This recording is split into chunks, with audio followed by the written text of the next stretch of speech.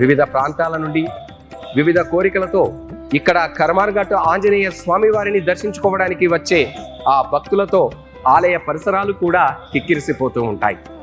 ఎవరి నోట విన్నా జై హనుమాన్ అనే నామస్మరణతో ఈ ప్రాంతమంతా మారుమోగుతూ ఉంటుంది. కొన్ని వేల సంవత్సరాల క్రితమే ఇక్కడ ఆ భక్తాంజనేయుడు ధ్యాన ముద్రలో వెలిసి ఉన్న అత్యంత అరుదైన ఆలయంగా కూడా ప్రసిద్ధి చెందింది.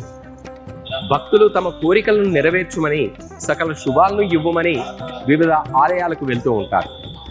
అయితే ఇక్కడ ఈ కర్మాన్ఘట్ ఆలయానికి వెళుతామనే ఆలోచన వస్తే చాలు, ఆ భక్తుల మనస్సులో మెదిలిన అనంతరమే ఇక్కడ కర్మాన్ఘట్ ఆ ధ్యానాంజనేయ స్వామి వారు ఆ భక్తులను తన వద్దకు రప్పించుకొని వారి కోరికలన్నీ కూడా నెరవేరుస్తూ ఉంటాడు. అందుకే ఈ ప్రాంతం అంతా ఎటు చూసినా భక్తులతో నిండిపోయి మనకు కనబడుతూ ఉంటుంది. చదువ రాతితో అత్యంత సుందరంగా తీర్చిదిద్దిన కర్మాన్ఘట్ దేవాలయం అత్యంత సుందరంగా అగుపిస్తూ ఉంటుంది. అందుకే భక్తులందరూ రెండు చేతులెత్తి నమస్కరించుకుంటూ ఆ ధ్యానమూర్తి అయిన ఆంజనేయ స్వామి వారిని దర్శించుకోవడానికి కదులుతూ ఉంటారు.